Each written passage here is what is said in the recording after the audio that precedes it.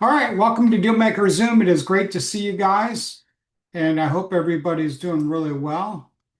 We are going to have Dealmaker Zoom today with Eddie Speed. Jeff Watson's going to join me in about 5 minutes, but I've got Melanie, my amazing assistant. Say hello, Melanie. She keeps my life straight in so many ways. We have the always fantabulous Eddie Speed with great energy and just one of the smartest people I know, especially in the note space, but so much more. Hey guys, if you didn't know, like the market's shifting a good bit. Have you guys noticed this? And for those of us that have always loved being landlords, and that is me, as you know, I have always loved being a landlord. Some of us are sitting back looking at our return on equity, thinking it could be a lot better. And so when you're buying, I always say buy with wholesale terms or wholesale price. Right now, I think there are a number of markets in America where you can get both, and that's sort of a sweet spot if you want to go there. But also, landlords don't know how to exit. They're sitting on all of this equity. They're not happy with their return on equity right now, and they don't love the idea of paying massive capital gains. Ask me how I know that conversation. It's a conversation I'm having with myself almost every single day now. So I know it's a real thing. My wife Cheryl and I talk about it, and I talk about it with a number of people. So what if there were some ways to overcome some of those things? Eddie's one of the more brilliant minds that I know on structuring debt, creating notes, creative financing, as you know. And he's helped all of us for many, many decades now. So, Eddie, welcome to Dealmaker. You can say a quick hello. I'm going to keep letting people in for a second. Hello, everybody. I do want to, oh, yes. Yeah, wave hello. High five, Eddie. High five. Yeah, That's awesome. right. Want to high five Eddie and give him a virtual hug, right? I like it. Oh yeah, look at this. We got some like emojis flying through the Yeah. screen. I love it. Hey, who said Zoom can't be fun? This is like my fifth Zoom this week. Melanie's been on most of them, and all of them. Every Zoom I've had this week, from Inner Circle all the way through Dealmaker leaders yesterday afternoon, have been amazing. It's great. It's been a lot of fun. So they've all been really good. Hey guys, if you didn't know, we've got Dealmaker coming up really soon. And I hope that you guys are able to join us on that. It's going to be in beautiful Dallas. Is Dallas beautiful, Eddie? It is a beautiful city. It really is. And it's going to be right near the Campbell Center. And it's going to be just a lot of fun. So if you're signed up, then we're really looking forward to seeing you there. And if you're not, then I got to ask you, why not? Like, what's holding you back? Tell me, because we'll remove that obstacle today. Um, it's Dallas is such an easy city to get to. I know for me, it's like a 3 hour flight direct from Richmond, Virginia, where I'm at. And it's just simple. And from most of the country, you can go direct to Dallas. It's so easy. I was through Dallas 6 or 7 weeks ago when I went to Dealmaker in Austin. They're just such easy flights, and we just want you to come. So I want you to feel warmly welcomed here today. It's going to be a lot of fun. Let me jump right in. We're waiting for Jeff Watson to get on still, but he's going to be on in a minute. We've got a great crew. So tell us also in the chat what you do, the city and state you're in, and also what you do. So for me, I've got four businesses. One is an education and networking business. It's called Dealmaker and Inner Circle. That's the one most of you guys all know me from. But I've also got a lending business where we do a lot of private money lending, and that has gotten way busier than I thought it would. A lot of demand for that on short-term loans, and that's doing well. And then I do a lot of that from my self-directed IRA, and I do some of it from an LLC. So I do love private capital. And then I've also got a flipping business. We're flipping a couple of houses right now, and I still love my rentals, Eddie. But I am thinking about, like, as I begin getting a little bit older and my return on equity is changing, My wheels are turning, so let's just kind of leave it at that. I am looking for ways to do some things differently, which is perfect discussion for today. So, how many of you guys like doing some lending, like me? Anybody? Raise your hands. D, yes, D, you were my co-lender, and then you ditched me. You're doing your own lending now out of Detroit. I love that. How many of you guys have done some flips? Raise your hands. Okay, I love flips still. If you can buy them with good fundamentals, even in a shifting market, though, you got to be careful. How many of you guys like doing rentals like me? Okay, and so that's all good. And how many of you guys have done something in the note space? You've either created a note, sold a note, bought a note, all of the above. I'll tell you, I've got one right now, Eddie, that I seller financed to 10 years ago. And it's been performing for 8.5, 9 years. And the person got down to like their last five payments to me and went into default, which is What? crazy, right? So I'm going to buy back this house for the third time. And I've got to decide if I'm going to sell it on seller financing again or get rid of it forever. Sometimes when you start doing notes and things, you do take property back. That's a question I've been getting lately. I've done it quite a few times, but I've not taken a property back in like 10 years. I have not had a default on a private money loan or a note in a really long time. Not trying to jinx myself. Jeff Watson, say hello to everybody. Hello to everybody. Are Thank you. you My are you apologies for being a few minutes late. are you in your happy place today? I am actually at a very important tax seminar in Atlanta being done by our mutual friend John Heyer. John is awesome. That is gonna be mind blowing, I'm sure. My head will be hurting by the end of the day. I love it. I saw you were at Dealmaker Atlanta last night. I'd like Yes, that. sir.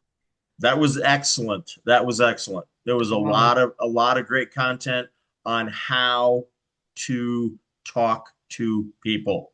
Oh, Yeah, yes. talk to people. Yep. Very good. I love it. Jeff, I was just telling everybody they need to get signed up for Dallas. It's like 3 weeks away. I mean, it's right around the corner. And Dallas is an easy flight if you're coming. But if you're in Texas, why wouldn't you just hop in your car and come? Correct. And I have a clue about what Eddie's going to talk about today because Eddie and I have spent a lot of time on the Oh phone in my. the last month, haven't we, Eddie? Yes. And Eddie's going to be there in Dallas. And folks, if this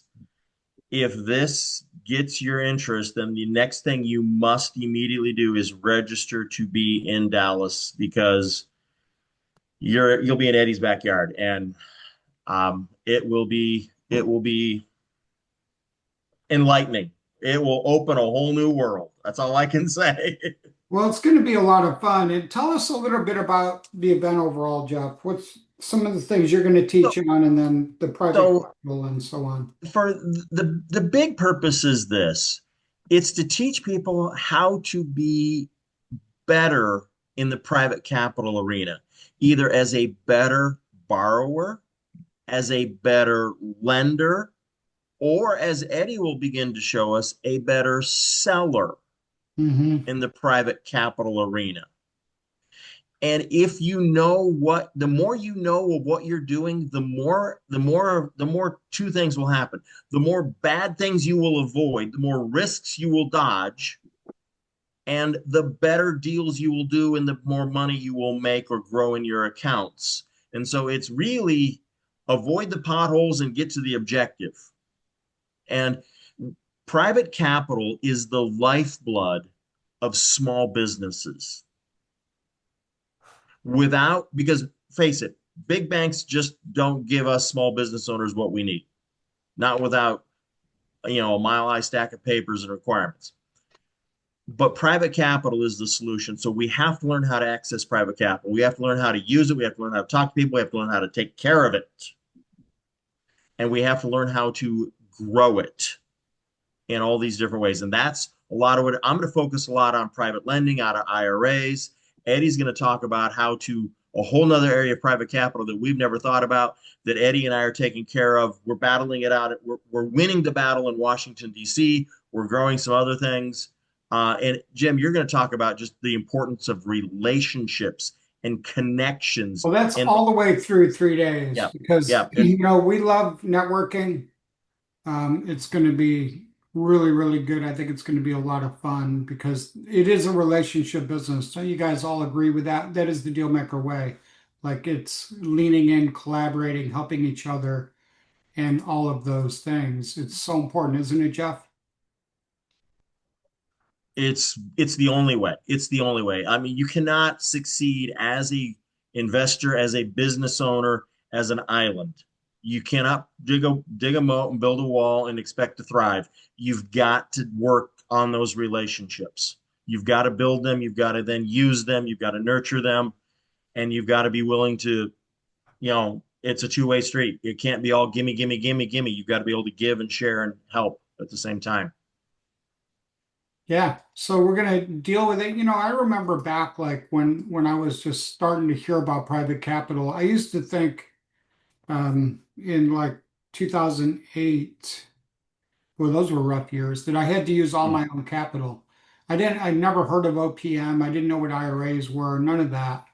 And then everything sort of opened up after that. So it's going to be really good. So we've also got an amazing networking time. It's in the evening, and I just want to put this into the Zoom here because we are working on this. Check this out. What do you think of Cowboy Jeff? Do you guys see that in the chat box? That's Chat GPT, Jeff. Sorry.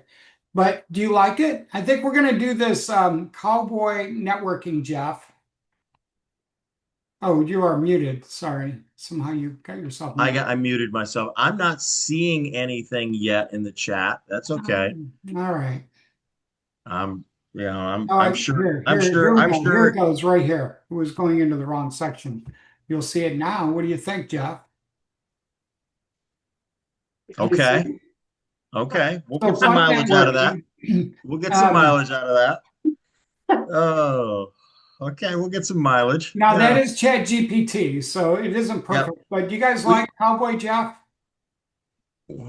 In the evening, after at the end of day one, we're gonna. Well, we've also got an exclusive in Spanish session, but then we're gonna do networking, and we're gonna make it fun and ask people to wear cowboy hats and big belt buckles. Is that okay? What do you guys think? Do you think that'll be fun? Eddie, I mean, you're ready to go, right? I got the outfit. And what do you think? Do you think Jeff will look good in cowboy gear? I want to see it. yeah. Well, I've got this amazing, comfortable pair of these really good boots from Finolio Boots. And Eddie knows the significance of getting a pair of those. So I will definitely be wearing those. I will tell you, when I stop and get them polished, and everybody that works on them is like, "Do you know what you're wearing?" And I'm like, Really? "Yes, I I do." don't even have a pair of cowboy boots or a cowboy hat, but I think I'm going to get one, Yeah. and Yep. it's going to be fun. So, and you ladies, I mean, join us. It's going to be a lot of fun. We're trying to. Here's the thing about networking. Chuck Glover always says network. He doesn't like the work part of networking. So I was thinking about that, and I said, well, why? Let's make it net fun, net funning. So how can we do that? We're in Texas, so I had this idea of doing a cowboy dress-up night for networking. Wendy's bringing her boots. I love it. All right, Eddie, you can take it over. Enlighten us. Share some great. You guys that are on Zoom today are in for a treat. You are going to walk away with some really great ideas. You're going to have aha moments. You're going to have the light bulb go off. And I would say all of us online today need to watch for like a one. I think you're going to have like $1 million idea at some point today. I hope so. So take it away, Eddie. All right. I'm so glad to be here. Great seeing many of you. And Jeff, this is kind of a shocker title, but it happens to be true. So, little quick background. I have a long, long history with Jim and Jeff and a lot of people that kind of came from that circle. I would say kind of the original old Jack Miller crowd. I'm in 3 real estate masterminds where probably the top 500 house buyers hang out to some level or degree. And so a couple of years ago, I started hearing this, and that is my rentals aren't making money. In fact, I called my attorney, Jeff Watson, and I said, Jeff, rentals aren't making it. The timing's wrong. And Jeff's like, no, no, no, no, no, no, Eddie, you don't understand. Like rentals are the path to freedom. There's no better path to freedom than rentals. And I said, Jeff, I don't think you're right, dude. I don't believe you're right. And Jeff goes, no, Eddie, you're wrong about this. I love you, dude, and I like notes, but nothing's better than rentals. And I said, Jeff, I think the economics are bad. And I said, I'm going to all these masterminds and I'm talking to these people that have 50 rentals and 100 rentals and 200 rentals and whatever. And I said, they are telling me they're not making money. In fact, I'm talking to their fractional CFO, people like Marcus Krigler that do this for the top guys in the business that he's a fractional CFO and he has a heavy client base of people that have residential rental portfolios. I'm telling Jeff this. And what I figured out is it takes a little bit to wear these shoes, right? You got to break these shoes in a little bit. And so if this is the first time you've heard me say this, or the fifth time you've heard me say it, Jeff Watson has now become a disciple of this. Jeff and I have been friends and been involved in the business for years, but it takes a little bit to absorb this. So I want to start out with the title and say, when you can make 2.5 times the money doing plan B instead of plan A, then you got to lean up and listen and say what's possible, right? And I've been in this business for 45 years. So I can tell you that every dog has his day, good or bad. And just because something worked great in one cycle does not mean it works great in the next cycle. And I'm not here today to beat up commercial real estate or multifamily, but Jeff will tell you that 2.5 years ago, I called the ball on this straight up. I had to call the ball on this in multifamily. And I said, these guys are drinking the Kool-Aid and they're going to get spanked. Now, all of a sudden, everybody's walking around, Jim, as you know, and they're going, we got our ass spanked. Whoops, we didn't know. And I'm saying, well, all the information was right in front of us. It's just our belief system. Our belief system affected us. And so I'm going to challenge the belief system today. Habits sometimes lead us to things that we shouldn't do. And maybe we're in a habit that we need to reconsider, possibly. So I call this kind of the great battle. You know, I call it the battle between, oops, I'm trying to get to the right screen here so it'll work for me. Well, come on. There we go. So it's really rentals versus notes. It's the battle. And I'm not saying that rentals are always bad. And I'm not saying every rental you have is bad. But I'm saying to you that if you only consider your rentals in today's economy, I'm going to challenge that a little bit. At least challenge it. So here's the thing about it. We're going to really talk about 2 things today.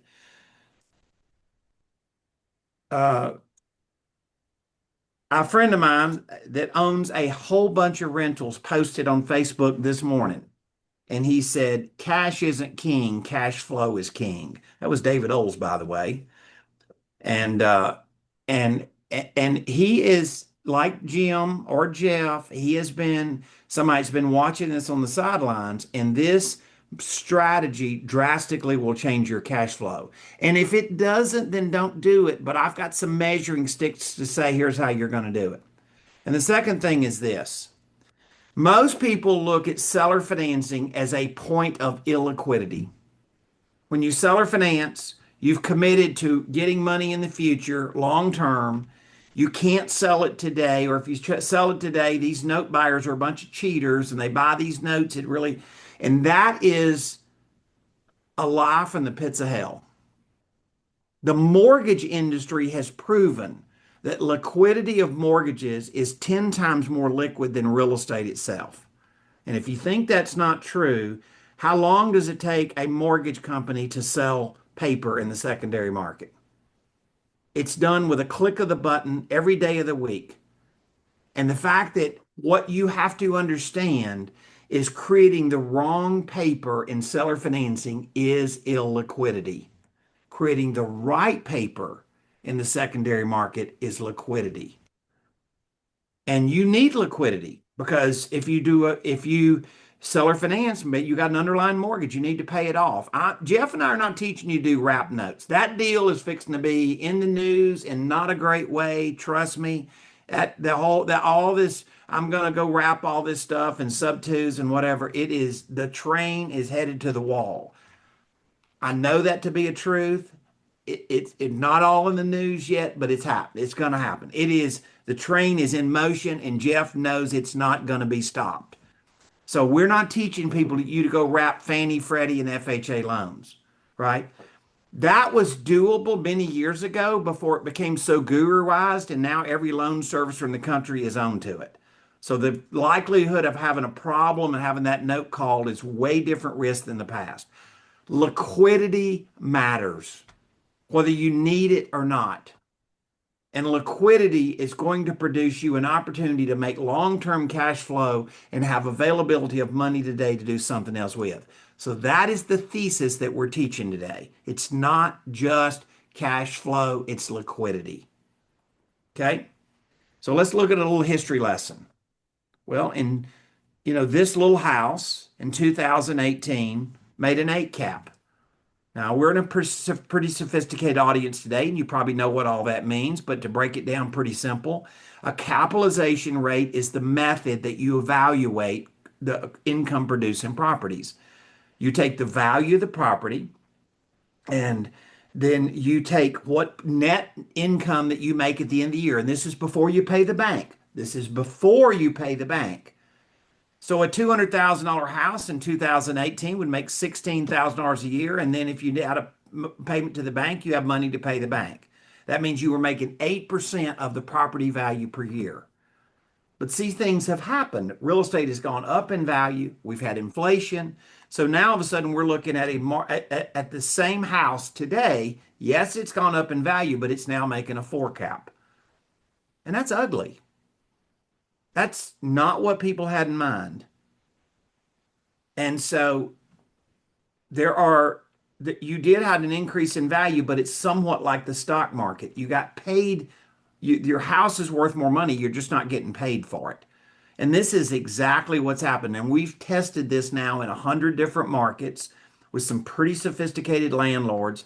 These are the numbers that they've given back to us. They've told us these are the numbers.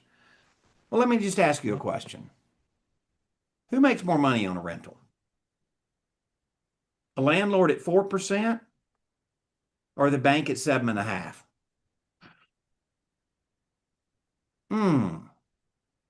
Now, Eddie, you're stepping on my toes. This Burr model is unbelievable. Oh, it's unbelievable, all right. It's unbelievable, all right. It's bad math. It's not good math. And so what I'm going to challenge today is, like, first of all, what happened? What went wrong? And so I went back to people that were really squared away with their numbers, right? I went back to people that were the guys that were squared away in managing rentals. And I say, is this the truth? You're giving me these numbers. I want to confirm it. They're like, yes, Eddie, what you're saying is what happened in the math. But what caused it is this. And that is, it's the 50% rule is now the absolute rule. And 50% of the payment you collect today goes out the door in taxes and insurance and maintenance and carpet and air conditioners and all of that. And the best operators that I could find in the business say that's the real number. This does not include paying the bank. This is not making a bank payment. 50% of your money goes out the door before the bank gets a check. And by the way, who gets the first check every month, right? The bank. So this is what really happened. Expenses did go up, And there's micro markets. Your rents may have gone up by 25 or 30%, but average overall rents went up and now they've slid back down. And this is across the country, not in necessarily in your micro market, but expenses went up 2.5 times more than there. That's what happened to your money. Like that's what happened.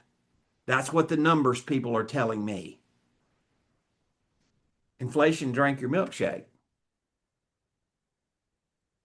And there's, yes, Eddie, what do you think are going to happen in rates? I think rates are going to go down. I don't think it's going to be super dramatic, but rates are going to go down and they're going to go down through probably Q1 of next year.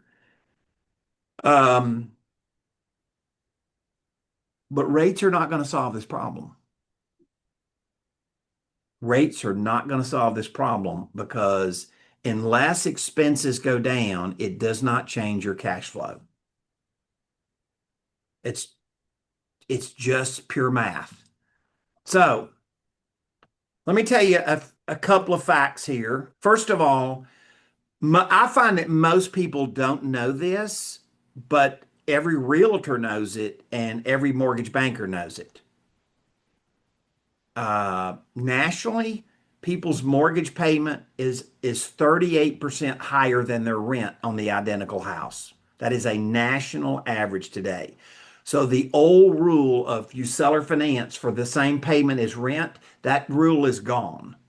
It doesn't exist. If you're going to become a banker today, if you're going to be the bank in seller finance, you need to understand the rules of banking. The rules of banking have changed. People's mortgage payment is higher than their rent.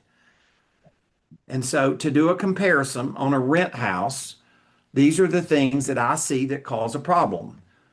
Even Jim Ingersoll will tell you there's stress involved with rentals. And if anybody tries to deceive you, oh, you're going to have them third party managed and they're going to do everything and stuff. Well, are you going to turn a contractor loose and let them go spend your money without your being involved?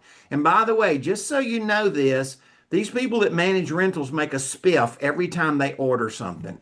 If they order a contractor, they order a plumber, they do something, they make a spiff. Like they make an override on it. If that's news to you, I hate to be the guy to break bad news to you, but that's how the industry works. So understand, you can't just turn your property manager loose and say, do whatever. Most of you have experience, know that. And the thing is, because of the cash flow that you were making 8% and now you're making 4%. The last thing is you don't have a cushion because your tenant is not giving you enough money to solve a problem if there's a problem. Okay, so let's look at notes. You got a first mortgage on a house. Less stress, way less stress. Like way less stress. Now, I'm not saying all seller financing is done well. I'm just saying seller financing done well is way less stress. I've met people that seller financed it, which is doing what I call Wild West seller financing. They didn't have the right property. They didn't have the right buyer. They didn't have the right paperwork. It wasn't underwritten correctly. It wasn't serviced. So you can do seller financing wrong and it's not near as good as it needs to be. But done right is a guarantee it's going to be crazy less stress. Number 2, cash flow. You're going to see the math here that the cash flow is probably average about 2.5 times net income more money to seller finance than to rent on the identical house. And then lastly, there's better cushion. There is cushion with lending. There's not a cushion with. Jim, you make you make a loan at 100% of fair market value? You don't, do you? There is a No. cushion. There is a cushion with lending that doesn't exist with renting. So this vehicle is called seller financing. And what I'm going to say to you is I'm teaching you how to be a mortgage banker, not a homemade seller financer. Because homemade seller financing, and I've been in this industry now for a long time, 45 years, is not, I pass on 5 notes to go find one I will buy because people do homemade seller financing that's not done well. So there's a difference between just doing it and doing it right. And what we want to be able to do is help you do this right. We want to be able to put our hand on top of you and help you with experience and probably a level of sophistication that is not out there in the marketplace otherwise. So, less stress. I believe you can own 55 rentals or 1,000 notes. Same work. Way less. Craziest thing, I've seen all these people that were real estate investors and spent their life doing real estate, and guess what they want back more than anything? Their time. Now let's look at an option on the same house, right? So this is the same house. I can rent it $1,800 a month. Did you know nationally the average rent payment is $1,828? That's the national average for a single family house.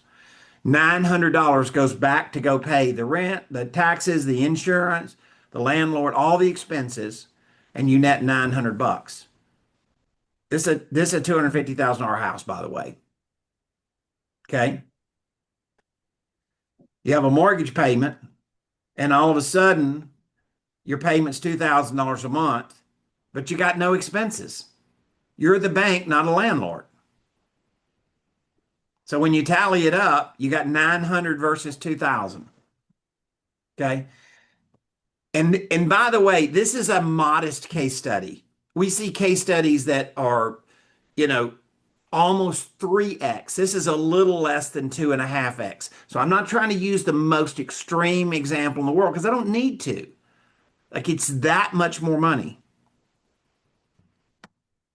The other thing is who can I finance? This is according to the Mortgage Bankers Association. This is their credit availability index. So this is the Mortgage Bankers Index that tells you how tight mortgage lending is. In fact, Jeff and I just had a banter with mortgage bankers through a lobby effort, and we laid this chart up on them, their chart, and they were really yelling at us and telling us all this stuff, and that they serve the whole world and stuff. And we said, this was what the index was before the virus. So if you go back before the virus, 2019 and 18, this was their underwriting standard. But now all of a sudden, this is currently their underwriting standard. It's right here today, right now.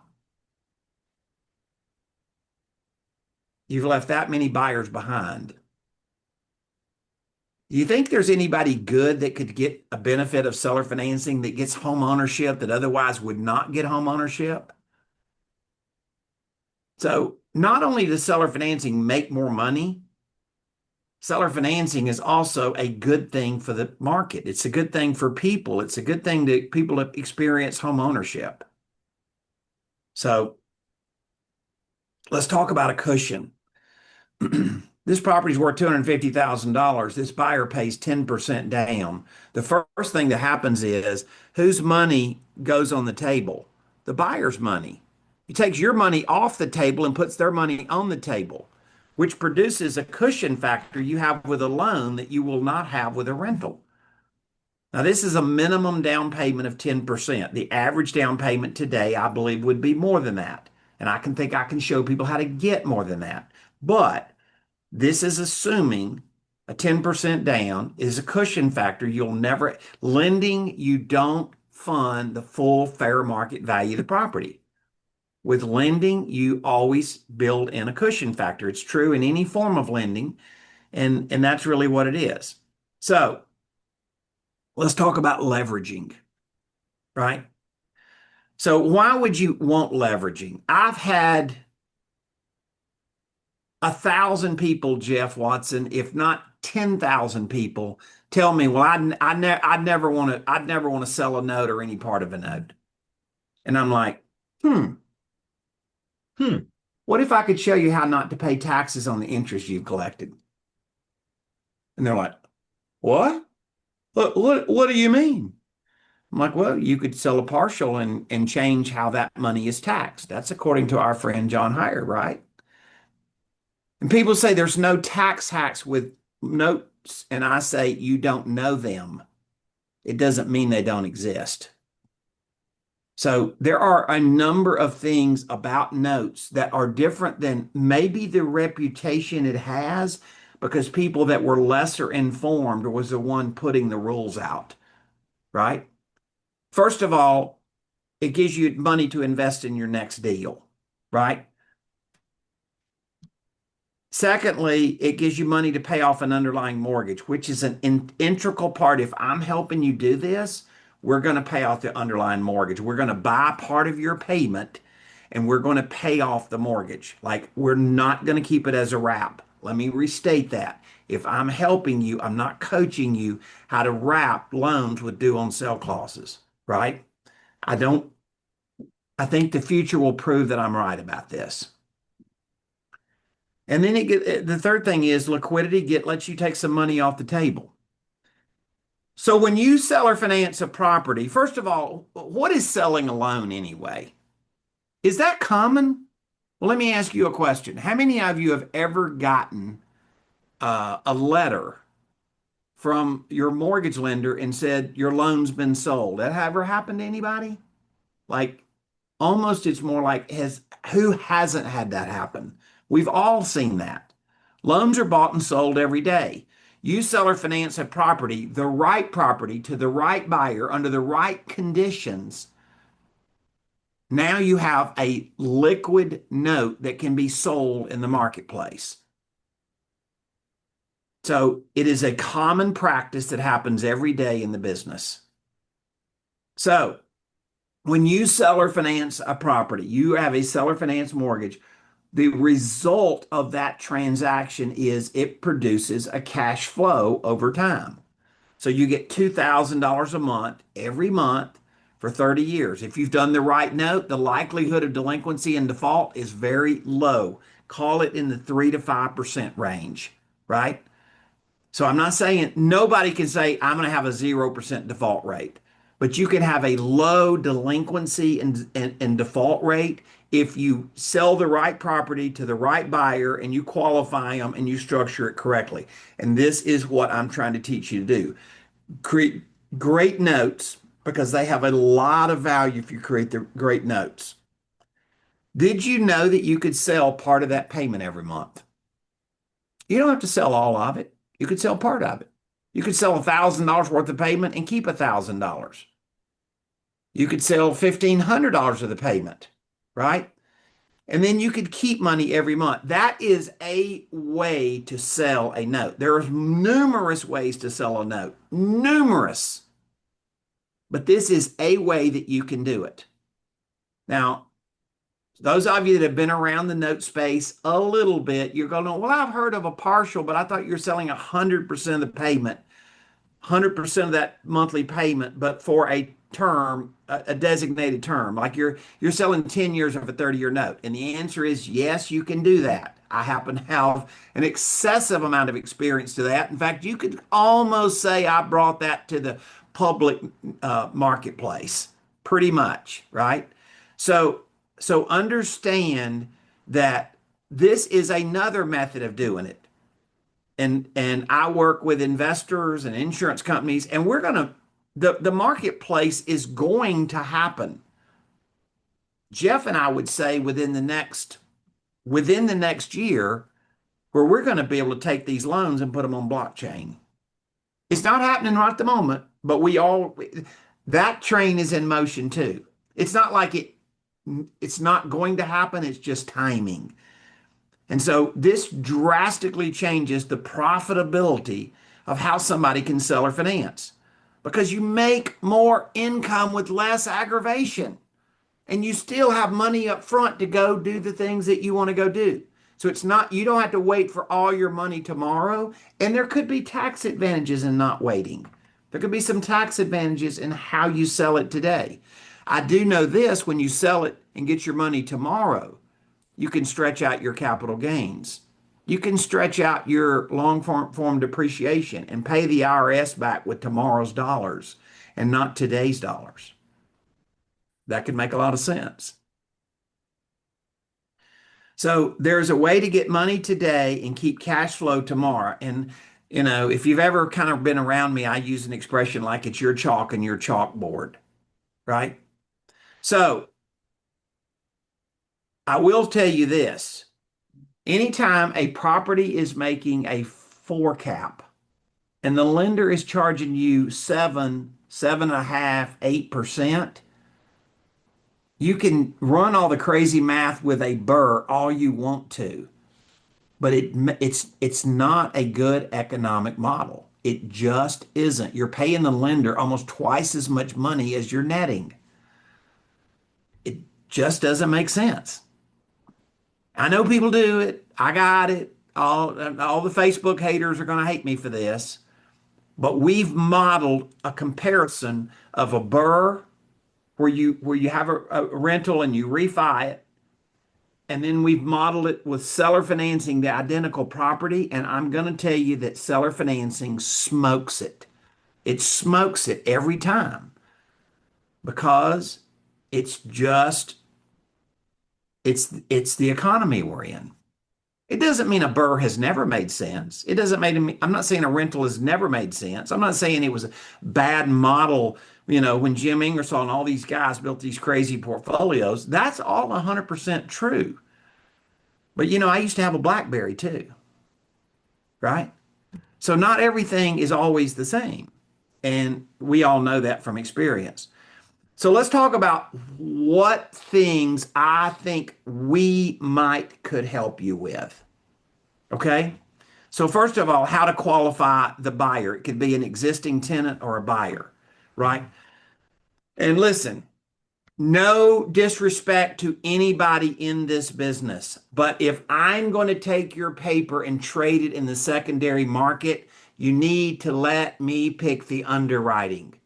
You don't need to pick it, and your RMLO doesn't need to pick it unless they're following our box, because I know where I'm going to take this deal, and I know that it has to meet minimum standards in certain areas. So I work with our RMLOs, and I'm friendly with RMLOs, and they're great. They have a great service, and we need them to go do this well. It's just I don't want to be disconnected from that first process of how to qualify the right buyer, right? The second thing is how to structure the terms of the sale. I've learned that you don't accidentally do this right. You don't accidentally pick the terms of the sale correctly. And so we want to help you with that process so that that paper is the most valuable in the marketplace. You're saying, well, Eddie, I've created notes and then sold loans. Listen, I bought 50,000 seller finance notes. I've seen a lot of people that created notes, but I've seen them take additional discounts because they cooked the apple pie a little wrong. Some people cooked it a lot wrong, but they cooked the apple pie a little bit wrong. And so what I want to do is help you with the recipe so we make sure we get it right. So in order to do that, you're going to need some vendors. And that is where we can really help you. We can help you with this process.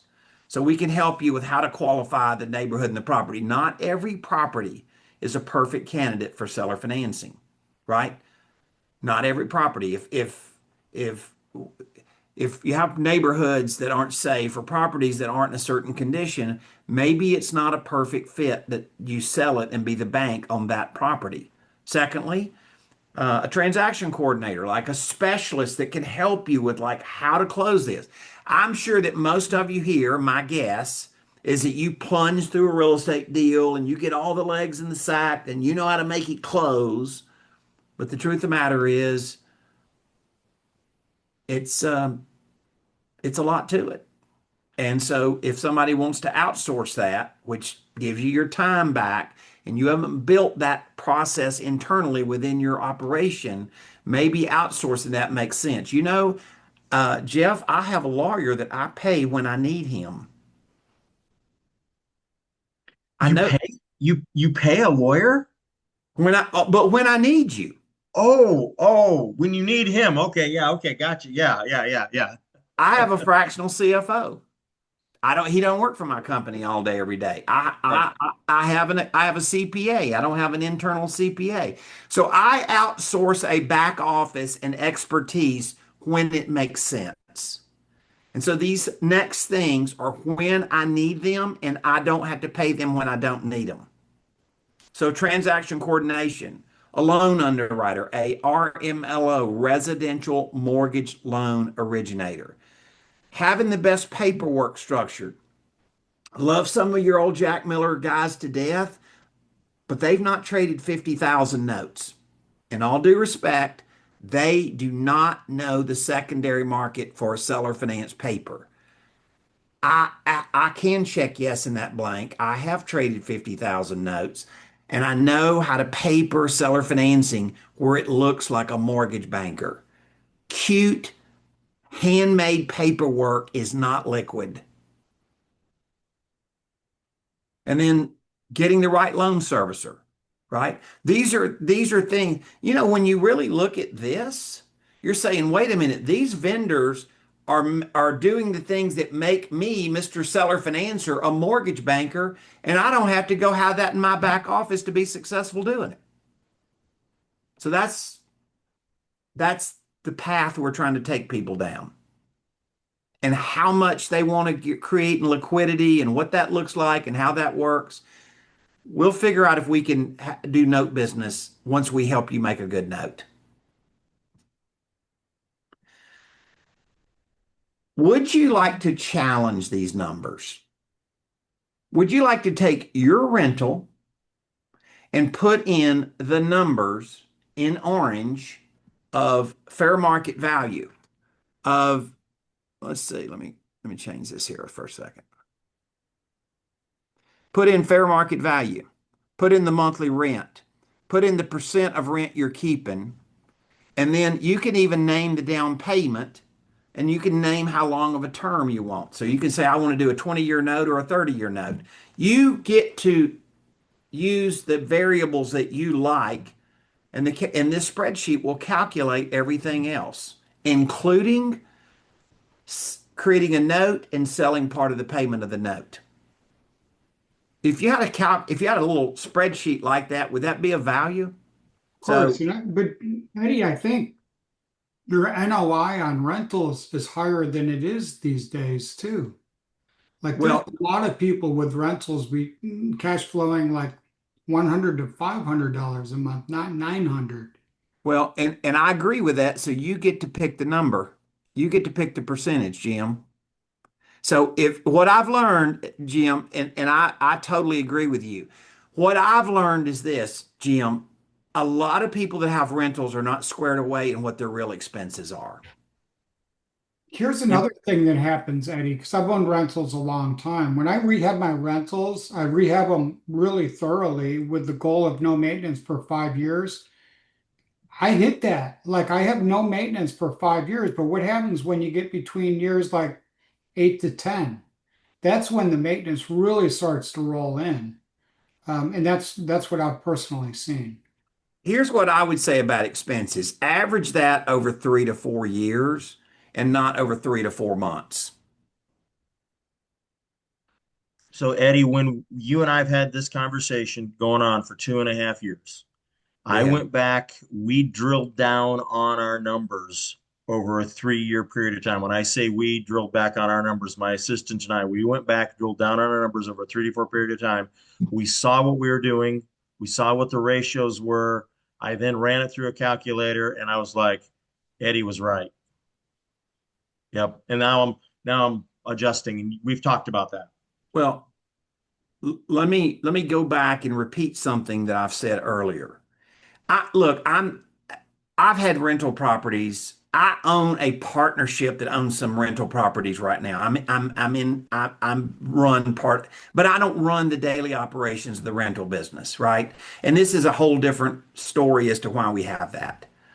So I'm not saying every rental is bad and everybody does this or every rental is a seller finance candidate. These particular properties would not fit seller financing very well. Okay. But what I'm trying to say to you is I went back to these people that were squared away with their numbers. People, okay, well, people like Marcus Krigler, who's a fractional CFO and probably has 150 clients with a rental portfolio. People like Mike and Lindsay Hambright. Like Lindsay is, Jeff, as you know, is smart as heck and good at these numbers. And she went back and told me in Dallas their cap rate was 2.6.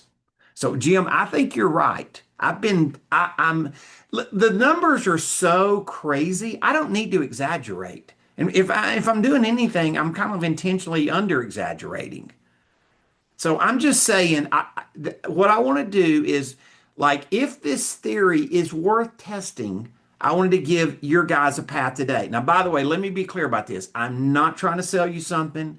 And when you download this, there is no offer at the end to sell you at anything. So let me just tell you, this is a way for us to give us communication and at least be able to talk to our team about possible next steps if you're interested.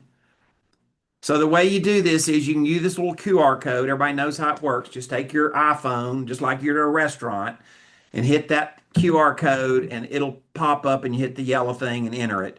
Or if you want to, you can just go to this website right here, and it's going to give you several things. It's going to give you a white paper, and that white paper is going to kind of lay out some things that we discussed in the conversation, possibly in a little more detail. It's going to give you the spreadsheet, and it's going to give you some other, 10 steps, right? Jeff and Jim know the guy that runs my marketing. He's pretty buttoned up. So he's got some good quality deliverables. Max is the best. I mean, he does a great job, and I really like Max, as you know, Eddie. So you surrounded yourself with great people for sure. Well, listen, my job at this point in my career is to go be the visionary. And you guys know I've spent my career around landlords and real estate investors. I mean, this has been my client base, my customer base, my friend group. This has been that for me for really my career or the last many decades. And so I understand it's a little bit of a contrarian position. But all I'm saying is this little tool that I'm offering you is just Excel. Jim, you're an engineer. I can't make Excel lie to you, can Used to be. Yes. I? So understand if Excel, we just built templates in the Excel to make it easy to calculate some numbers. It's not magic. But the point is when you do this, then all of a sudden you're testing. And Jeff and other people have reluctantly in the past done this. And then they call me and they're like, dude, I, I can't believe it. I'm like, we've already tested it on 100 different markets on people's real rentals. And so we're not saying that we fit every story in every situation. So don't leave here and put on Facebook, Eddie Speed said, dump every rental you got. There's no way it makes any sense. I did not say that. I'm saying to you, work with numbers and let it lead you to solutions. And Eddie, you really need, in order to go from rental to note, that rental needs to be free and clear or have seller financing behind it. No, Not, sir, because not we're like, going to, not like a well, regular mortgage. so if there's an underlying mortgage, we're going to buy part of that note. And buying part of that note is what gives us the liquidity and you the liquidity to pay off the underlying mortgage. So by the time we own it, it is a first mortgage. We're not buying wraps. We're not teaching you to keep wraps. I think it's dangerous in today's market. Jeff and I can do a whole nother seminar on that one. But and I don't care what you did 5 years ago because of sub two becoming so common in the marketplace, all the loan servicers and all the agencies, Fannie, Freddie, FHA, VA, have become very alerted to it. And let's just say they're mad about it and they've decided they're going to put a stop to it. That's not what was the case 5 years ago. Understood. But we ain't in Kansas anymore. Jeff and I are in 100% agreement on that. So what I've done is I've worked with some of the biggest technology firms in the mortgage business. It's by pure accident. It is 100% by pure accident. I happen to be hunting buddies with a guy that like is with this crazy ninja firm that develops technology for the mortgage industry. It's like beyond anything you've ever seen. And so they bought into my thesis and they're helping me with this project. So it's not just little old Eddie over here trying to figure out how to do it. I've got, we're quite honestly, we're at stage one right now. And stage one is that we are able to help somebody do the things that we describe so you can put a seller finance transaction after, show you how to find a buyer, show you how to put it under contract, and then put it on a conveyor belt and a vendor does the rest of it for you and you don't have to do it. Great. Stage three, not today. Stage three is going to be we're going to put that loan on blockchain. Blockchain. Yes, sir. Well, you can't just leave on that note. I mean, you got to give us a little more on that. Did anyone else catch that? He said blockchain. All right, let's hear about that, Mr. Speed. Well, the answer is the first thing you have to have for blockchain to work is you have to have trustable information. You have to have the information has to be trustable, and the information has to be that you can rely on it and you can rely on the judgment that's been made. So you can't take cowboy seller financing and throw it on blockchain because it doesn't have a predictable outcome. So the first thing is you got to take the right property, the right buyer, the right terms, and you have to do it. And by the way, people say, how did you buy 50,000 notes? It's because I taught people seller financing how to do it in a mortgage banking way. You can't go buy, you know, cowboyed up seller financing and you ever scale it. And I figured that out a long time ago. I've heard every wild story of every people have ever done. But once again, do you want to be able to operate and do a lot more business with a lot less trouble? And to do it, you have to scale it. And to scale it, you have to start out with the right formula. And that's where I want to help people do this. And we are in motion. We're at stage three. We're not at stage three. We're at stage one. Stage three is going to be that we have the relationship, we have the connection in place today that we're going to be able to take these loans and put them on blockchain. So let's talk just real briefly about the front end of this process, which is qualifying your buyer. That's an area that and the documentation are two places I see people do this cowboy financing wrong all the time. Yeah. Like I know people that intentionally time doing this around tax return time. They show up with a tax return, they have half a pulse, they don't do any background check. And if they've got $5,000 to $10,000, they move them in and they create a note, and then it ends up in default. Mhm. So, what are a couple of quick takeaways on just a couple things? Not giving away the whole thing, but like, how do you get that front end right? Well, let's start out with the most important ingredient. I start out with clarity of an underserved market. I Mm-hmm. know who we're targeting because we're targeting an underserved market. And I'm not saying this is exclusively, but I'm going to tell you the most clearly defined underserved market. And one of your deal makers has a Facebook page with 250,000 people that fit in this category, and it's Hispanics. And the Hispanic lending business has grown by 70% in the past 3 years. The mortgage banking lending industry has shrunk by 80% in the last 3 years. Well, that's a great point because as you know, like Homero and these folks in Dallas are crushing it. I mean, what a great And group. by the way, where did he learn the note business from? Well, I can't imagine. Tell me. Yeah. No, really. I mean, it's He the work he they're showed he doing. showed up at note school in 2019 as a young flipper. Yep. But let me just tell you, I'm an old cowboy. Like I really am an old cowboy. I got a couple buckles that say world's champ on them as amateur roper. We can't wait to see that at Great, networking night. great. Uh, there's an old saying, great horses make great trainers, right? Great students make great training companies. Homero has been a great student. He was coachable. He did what I said. He was around people that said, "No, you don't need to do that. Do it this way." And he says, "My mentor said no." And he looks back now, and what I gave him was paper that was reliable and trustable and liquidity. And all of a sudden now you see him running fast, and it's because he followed a formula. I'm simply taking your rentals and showing you a better economic model than renting is providing. It's not brain surgery, right? I'm giving you tools to just say, I've got my 25,000 hours thinking about this, and you might have less hours and focusing on that at this point. I might have thought about it longer than you have. I might have tested it more than you have. I just want to give you tools that you can consider. And I will say this, and I'm saying this with love in my heart and nothing else. But to some degree, Jim, people have gotten kind of brainwashed about rentals because rentals were the savior after 2008, and I agree with that. But They that saved doesn't me, mean Eddie, it they doesn't saved me.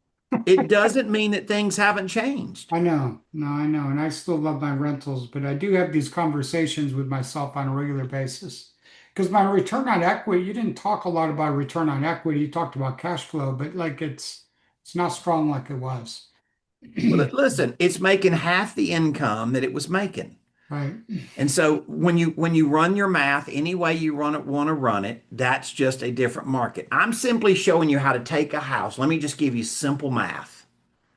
Simply showing you how to take a good house and instead of netting 4%, and assuming you don't have a mortgage, if you have a mortgage, you're netting way less, if anything. I'm showing you how to net, instead of netting 4%, to net you just about 11% on the same property.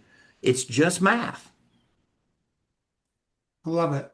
Eddie, thanks for sharing with us today. I really appreciate it. How about a round of applause for Eddie? High fives, hugs. I don't know how to do the heart thing very well. I'm not really a Swiftie, but whatever. There we go. Got some coming in. Oh, Jeff, yeah. you want to give us your perspective on all this, Jeff Watson, my dealmaker friend?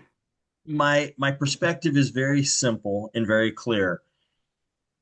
First is every landlord needs to know their numbers.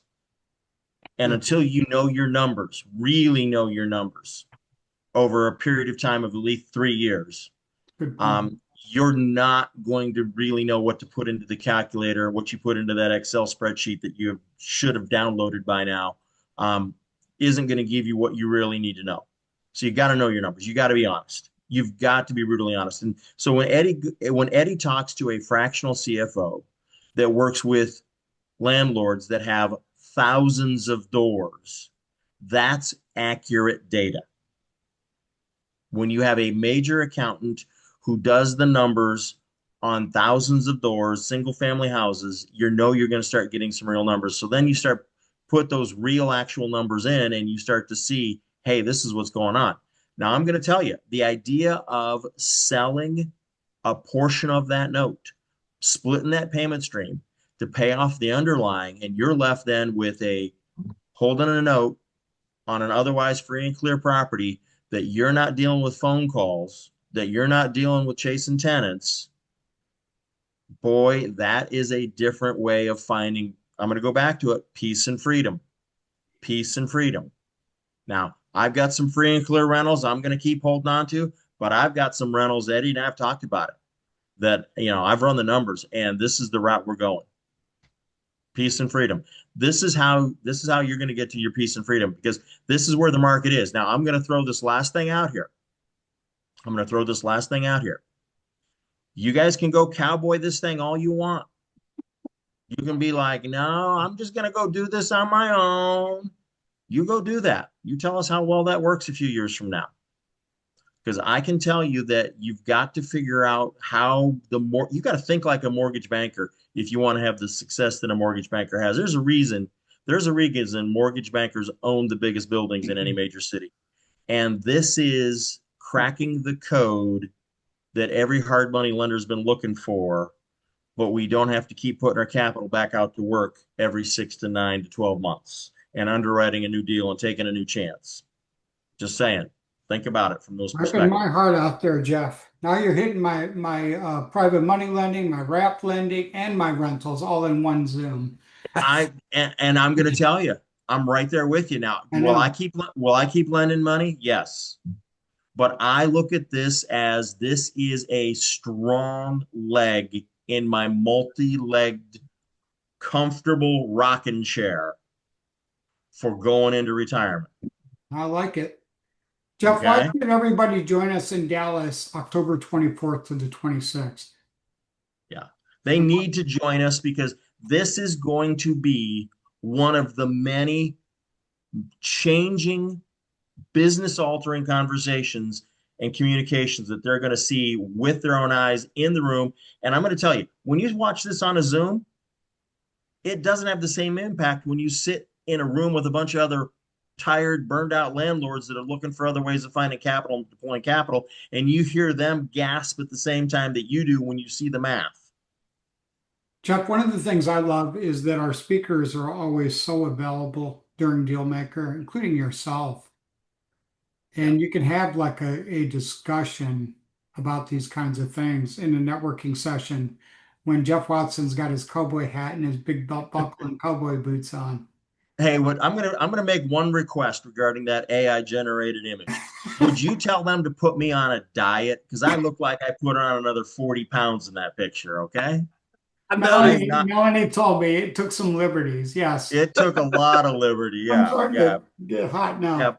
Make it Yes, look I like I've been know. on the I'm carnivore going to diet tell longer it than I for have both been. of us, just lose 50 pounds. Hey, Uh, I have been losing weight, but not 50 pounds, but I would love to see what that looks like. Oh my gosh. Oh, yes. No, it isn't perfect. Melanie's, it was fun, but it isn't perfect. Jeff, we know what you look like. You got the famous curl. The only thing we're missing is your shirts on. So if you want to take that off for us, go ahead. no, not today. Not now. No, I got to walk into another conference. No, I get a lot of grief over that. But hey, let me let me wrap this up All right. from my perspective, Jim, and then let you and Eddie have your final comments. Good night. Dealmaker, this event is designed to provide you with that missing ingredient that's you haven't found yet in your business. It could be a relationship, it could be a connection with somebody, it could be information, it could be a different way of seeing things, and so on. There is something that is going to, what I'm going to use a big scientific word now, there's something that's going to catalyze, like have a catalytic impact Oh, like on Dealmaker your business. catalyst. Got it. Yeah, yeah, yeah. Okay. There is going to be a reaction. There's an ingredient that is going to come when you're in Dallas at Dealmaker that is going to cause a bigger reaction in your business. It's going to cause it to grow, expand, and produce. And it's kind of like you all are walking around with with a little bit of a jar of vinegar. Somebody's going to dump some baking soda in there, and now you're going to get some reactions. That's all. I love it. Melanie, do you have anything as we close out as well? I cannot Nothing. Yep. I can't share my screen today for some reason in Zoom, but I'm thinking of you. What do you Can you think? see me? I can see you. Oh, okay. I just want to say, you guys crack me up. You're so funny. We're gonna bring that energy in Dallas. You would like to see Jeff take his shirt off. Oh my gosh. He needs one of those t-shirts that have like the fake abs, We the can do cowboy that. hat. You know, after the Buffalo Bills won Sunday night last week, Ryan Fitzpatrick was in the post-game show, and the fans were chanting for him to take his shirt off. They were chanting, "Take it off." Brendan, you know this because you watch the Bills, and he did. He ripped it off, and so I'm just saying, It was Jeff, really funny. Yes, it was great scene. I loved it. So I So appreciate did it, I. Jeff. Eddie, any final closing comments? Thanks for providing so much to our Dealmaker Well, community. Thanks for being look, a really long-term friend, Eddie. I really value that. I've got to stand on a lot of stages of people that are active in the real estate investing business. No stage I'm ever honored to stand on more than yours. You're the real deal. Thank Your you. people are the real deal. I know that I'm challenging them a little bit, but I'm doing it uh, in a way that if it makes sense, that at least they're considering it. But I'm always honored every time to do anything with you, Jim. And I give you accolades on a daily basis of what I think you've done for the business. Thank you. You are way too kind. Well, as you can tell, I am trying to add some fun elements into all parts of Dealmaker. That's why I put that in there. I just read that book about the Savannah Bananas, and it got me thinking about fun and memorable events. And that's the reason I came up with this Dealmaker Cowboy Networking. So if you see me going through there or giving Jeff a hard time about ripping his shirt off, you'll know why. We want it to be fun. I mean, there's so many real estate events you walk away with and you're saying, oh, it's maybe a little bit boring. We're going to stay right on the edge of our seats and continue to provide high value, but we want it to be memorable and a lot of fun as well. So thank you all very much. We're going to have another Zoom in a couple weeks, so watch for that. But thanks for participating, and I'll see you guys in Dallas in about 3 weeks. Hey, I can't wait to see you. Have a great day, guys. See you later. Watson, peace out. Peace. Thank you, Jim. Yep, bye-bye, guys.